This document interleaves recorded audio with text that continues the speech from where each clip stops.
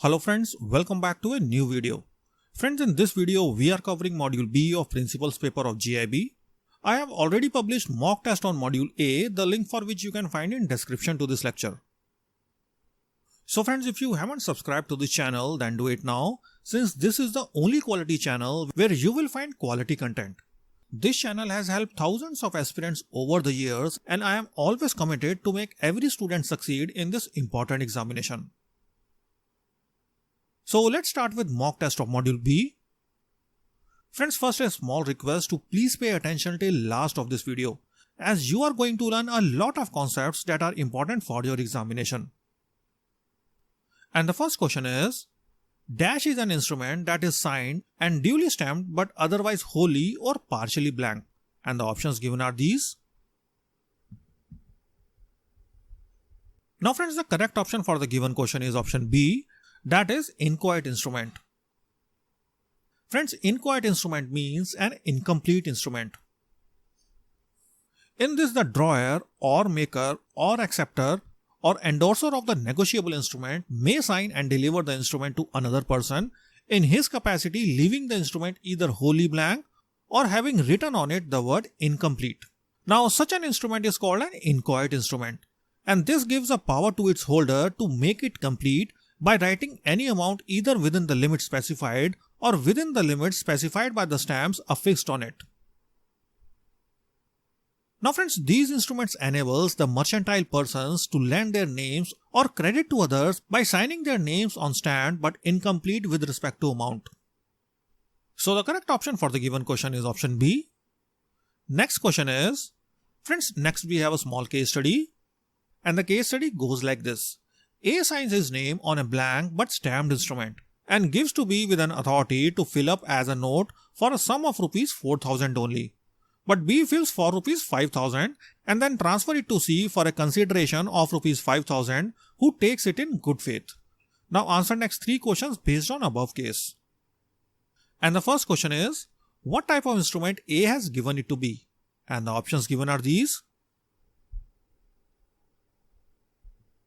Friends, if you have understood previous question, then you can very easily answer this question as well. Please note A signs his name on the blank but unstamped instrument. So A has basically handed over an inchoate instrument to B.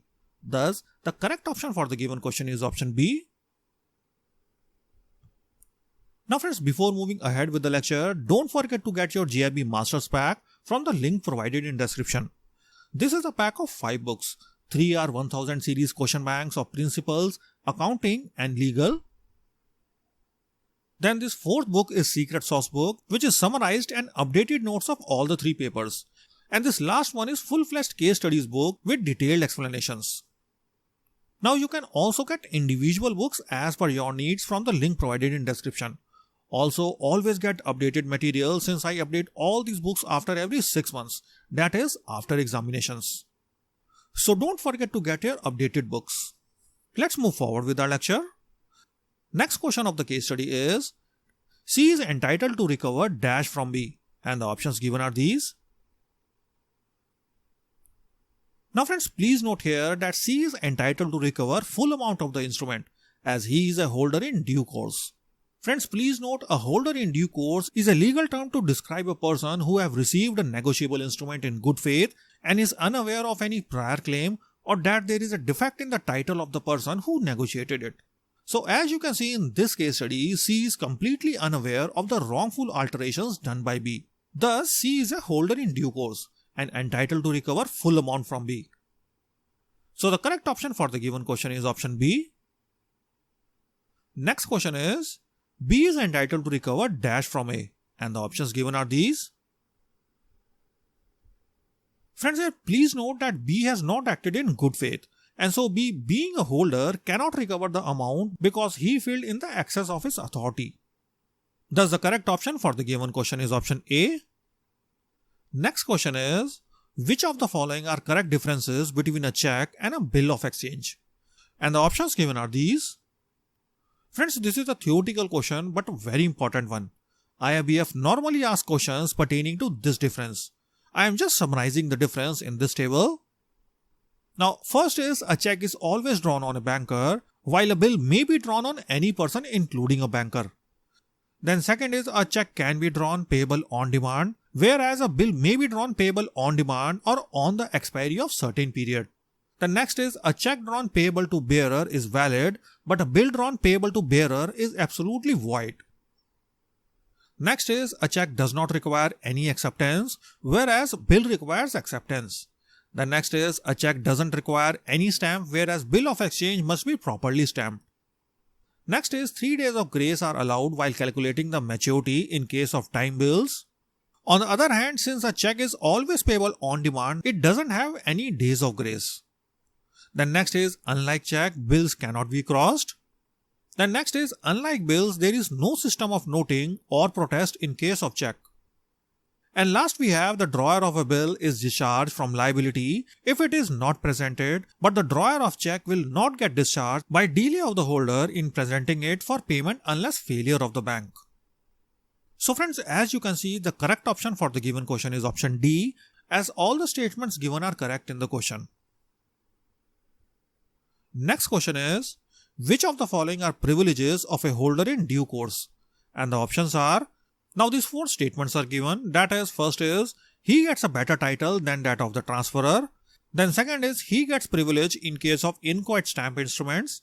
Then third is, he also gets privilege in case of fictitious bills. And last one is, he gets privilege in forged instruments.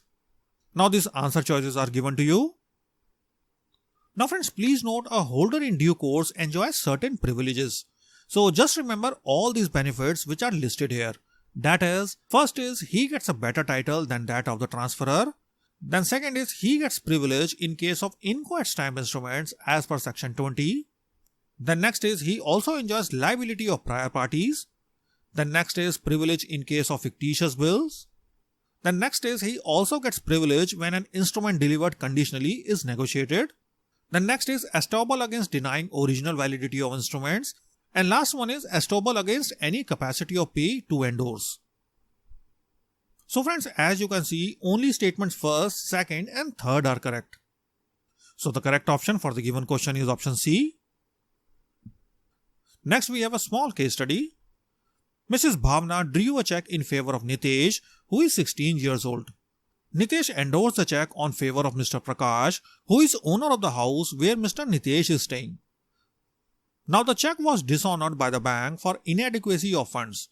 Mr. Prakash seeks your advice about the legal steps to be taken to collect the dues from Mr. Nitesh.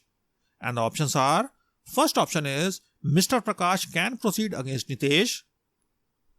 Then second option is, Mr. Prakash can proceed against Mrs. Bhavna. Then next option is, Mr. Prakash can proceed against both Nitesh and Bhavna. And last option D is none, since Mr. Prakash is not a holder in due course. Now friends, please note a minor may draw, endorse, deliver and negotiate an instrument so as to bind all the parties except himself. Another point to consider is a minor may also draw the drawer where the instrument is drawn or endorsed by himself. But friends, please note in that case he does not incur liability on himself, although other parties to the instrument can be made liable and the holder can receive payment from any other party except the minor. Thus in the given case study, Nitesh being a minor is not liable. So Mr. Prakash can proceed against only Mrs. Bhavna. So the correct option for the given question is option B. Next also we have a case study, and the case study goes like this. Gurmeet executed a promissory note in favor of Raman for rupees 10 crores. The said amount was payable 4 days after sight. Raman on maturity presented the promissory note on 16 February 2020 to Gurmeet. Gurmeet made the payment on 21st February 2020. Now Raman wants to recover the interest for 2 days from Gurmeet. Advise Gurmeet in the light of provisions of Negotiable Instruments Act 1881 whether he is liable to pay interest for 2 days. And the options are, first option is, Raman's claim to recover the interest for 2 days is invalid as Gurmeet is liable to pay interest for 1 day only. The next option is, Raman's claim to recover the interest for 2 days is valid. Gurmeet is liable to pay interest for both the days. The next option is, Raman's claim to recover the interest for 2 days invalid since Gurmeet is liable to pay no interest. And last option D is Raman's claim to recover the interest for 2 days is valid. In fact, he is eligible to recover interest for 3 days. Now friends, section 24 of Negotiable Instruments Act 1881 states that where a bill or note is payable after date or after sight or after happening of specified event, the time of payment is determined by excluding the date from which the time begins to start. So if you know this fact, then you can easily answer this case study. Now as per data given in the question, Raman presented the promissory note on 16th February 2020 and Gurmeet made the payment on 21st February 2020. Also note, as per terms of execution of promissory note, it was payable 4 days after sight. So friends, according to this provision, since the bill was presented on 16th February 2020, so Gurmeet was liable to pay by 20th February 2020 and not on 21st February 2020. We have to exclude 16th February from counting the days. Therefore, Raman's claim to recover the interest of 2 days is invalid and Gurmeet is liable to pay interest of 1 day only. Thus, the correct option for the given question is option A. Next question is, a banker is justified to dishonor the check in which of the following cases? Now these 4 statements are given. First is, if the banker receives a notice of customer's insolvency or lunacy. Then second is, if there is any order by court for attachment of the account. Then third is, if the banker has received the notice of death of the drawer. And last statement is, if there is written request from the relative of the account holder. Now these 4 answer choices are given to you. Now friends, this is a very good question and number of questions have been asked in past from all these facts. So please remember, a banker is justified to dishonor the check. First, if the banker receives the notice of customer's insolvency or lunacy. Then second, if there is any order by court for attachment of the account. Then next is, if the banker receives the notice of death of the drawer. Then next is, if notice of closure of account has been served by either parties. And last one is, if it contains material alterations, irregular signature or irregular endorsement. So as you can see, the correct option for the given question is option C. As a banker, we cannot entertain to dishonor the check simply on the basis of some request from any relative of the account holder.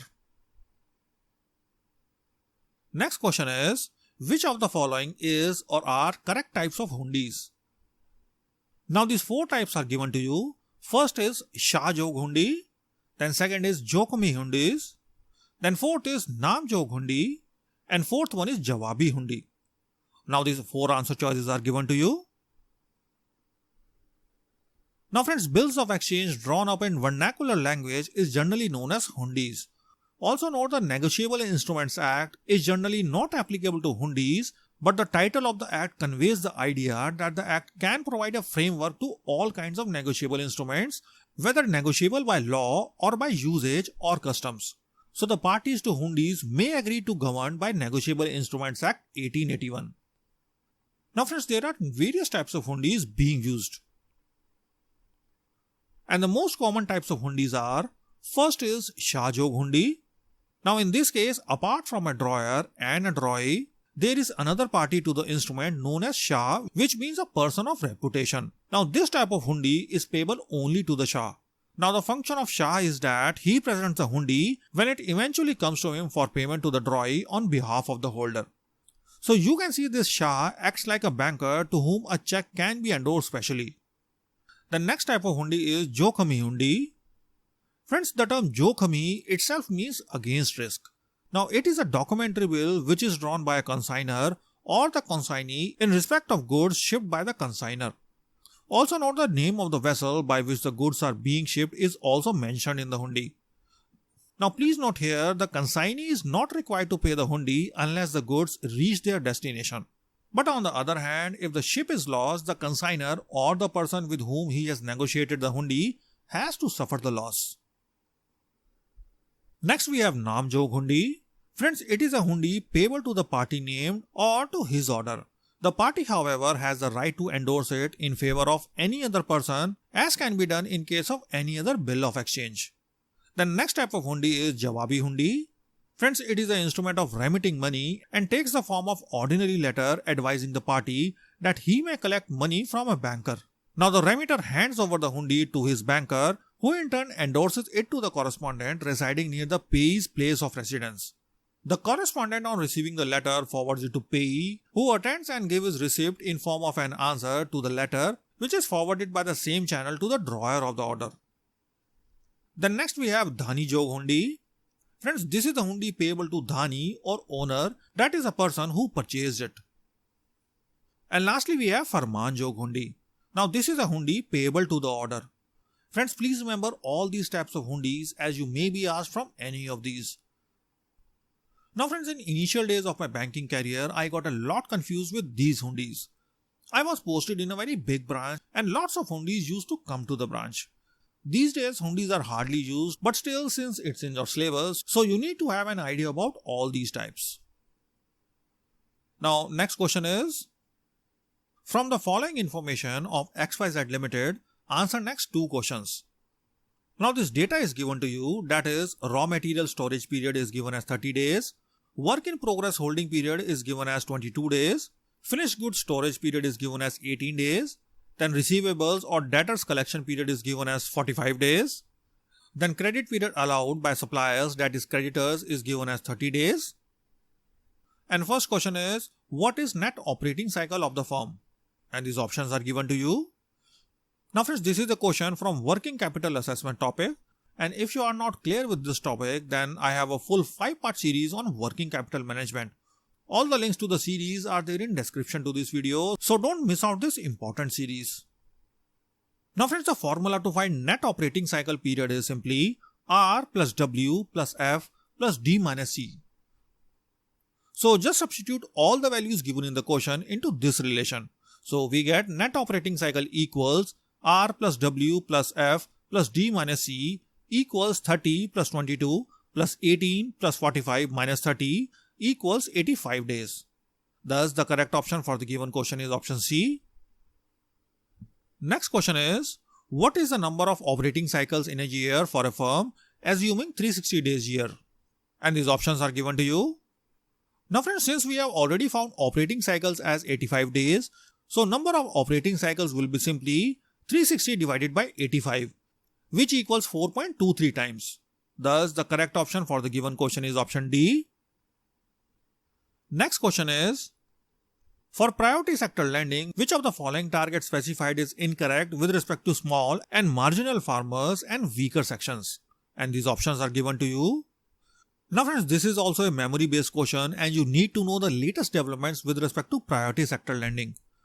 Now please note the current targets given by RBI is as per this table.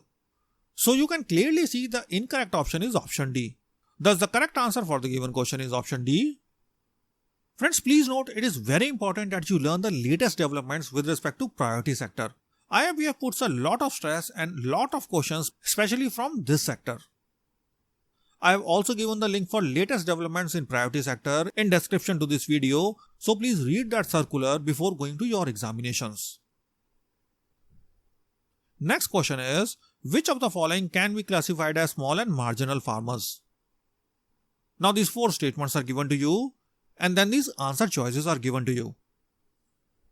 Friends, this is a very good question, and as I have said earlier that IRBF asks a lot of questions year on year from priority sector. Now please note, for the purpose of computation of achievement of sub-target, small and marginal farmers will include first farmers with land holding up to 1 hectare, which are called marginal farmers.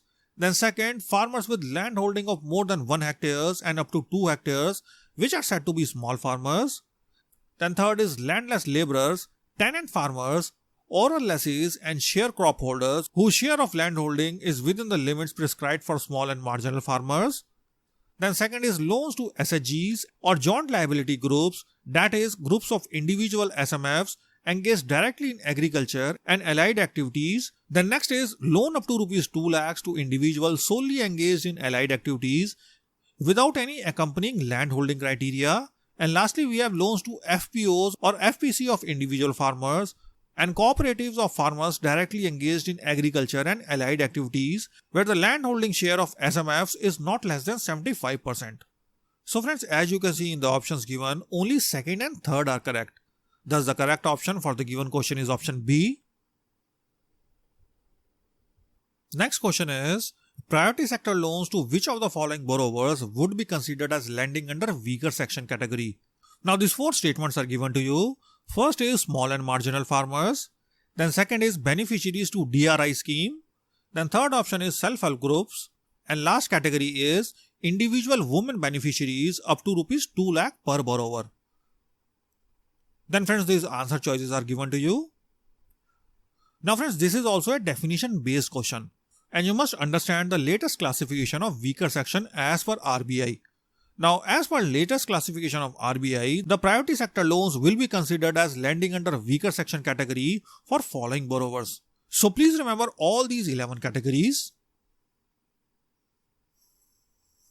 So please remember this classification as IRBF usually places question around all this. Next, let's do a case study. A manager sanctions 2 housing loans with following details. Now for loan 1, the cost of property is 50 lakhs. Amount sanctioned is rupees 40 lakhs. Then for loan 2, cost of property is rupees 35 lakhs and amount sanctioned is rupees 32 lakhs.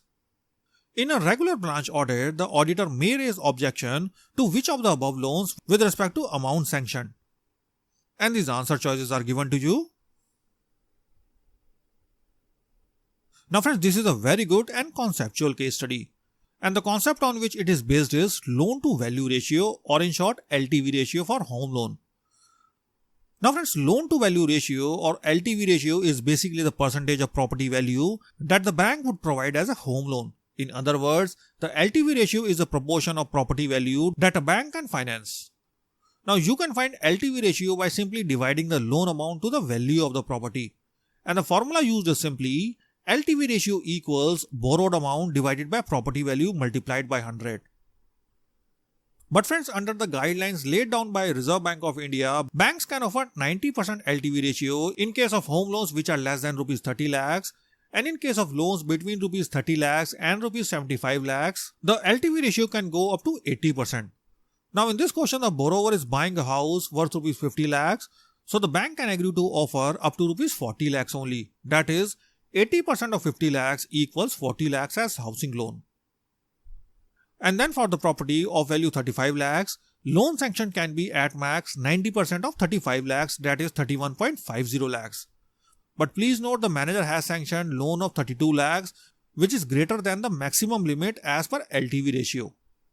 So the auditor will definitely raise this issue in his audit report. Thus the correct option for the given question is option B. Friends, I hope the question is clear to you. Next question is, which of the following is incorrect time limit with respect to maximum period within which bank can enforce its right? And the options are, first option is for DP note 3 years, then mortgage 12 years, then for guarantee 3 years, and lastly for execution of degree 4 years. Now friends, please note the maximum time limit within which bank can exercise its right is determined as per Limitation Act 1963. This act determines the maximum period within which one can exercise its right, and no suit can be filed after lapse of such period. Now for DP note, time limit is 3 years, for mortgage, time limit is 12 years, then for guarantee, time limit is 3 years, then for execution of decree, it's 12 years.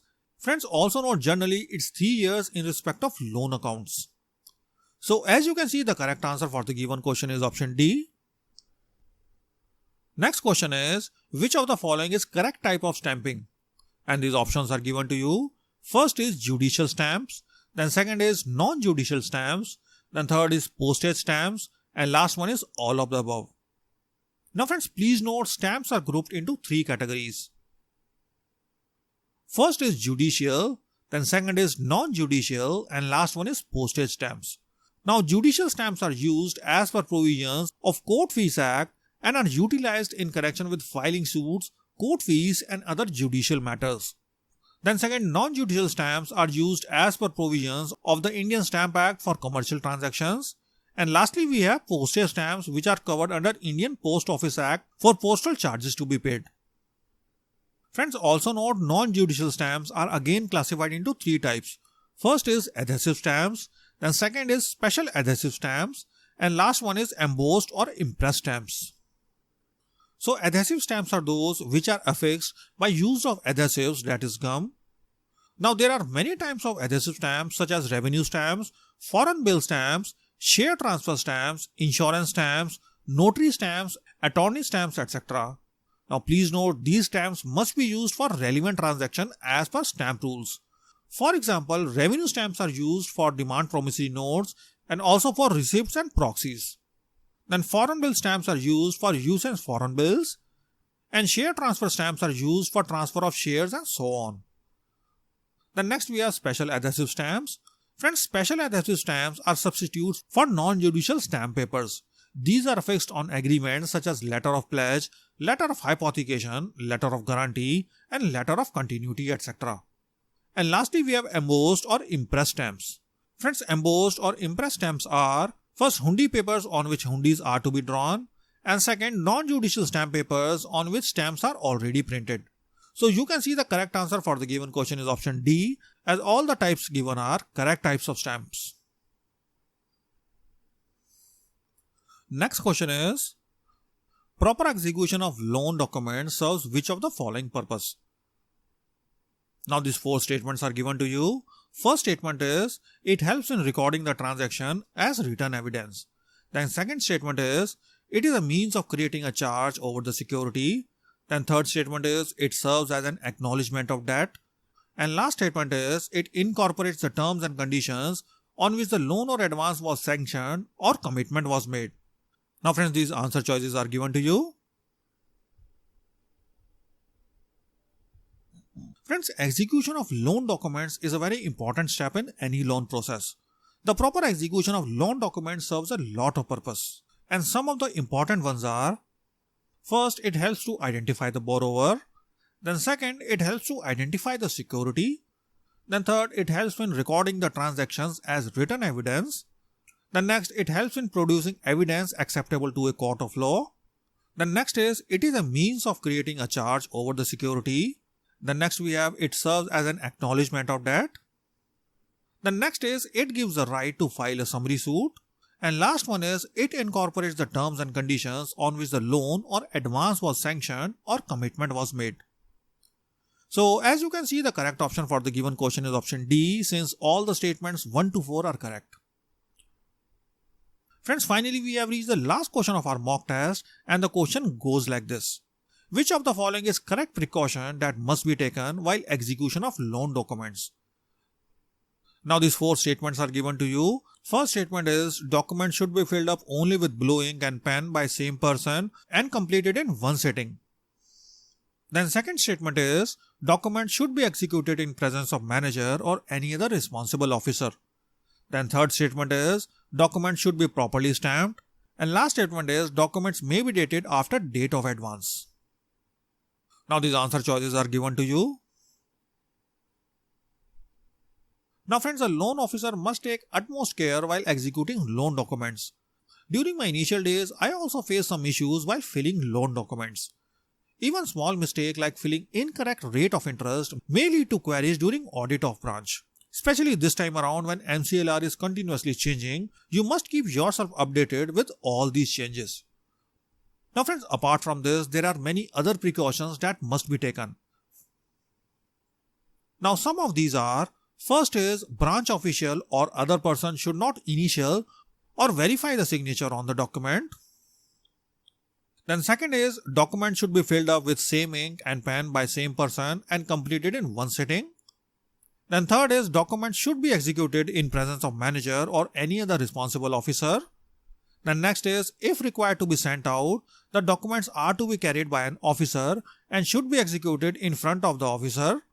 Then next is, all insertions or cancellations should be authenticated by the executants with their full signature. Then next is, document should be properly stamped. Then next is, document should be dated prior to the date of advance but not subsequent to the date of advance. Then next is, where documents contain more than one sheet or page, every page should be signed, and in addition, signature should be taken at the end of schedule of the securities. And last one is, rate of interest mentioned in document should be as per sanction stipulations. So friends, when you carefully notice, only statements 2 and 3 are correct, while 1 and 4 are incorrect statements. Thus the correct option for the given question is option B. So friends, with this I wind up this mock test. Hope all the questions and case studies are clear to you. Lastly, you can get all the GIB resources from the links given in description to this lecture.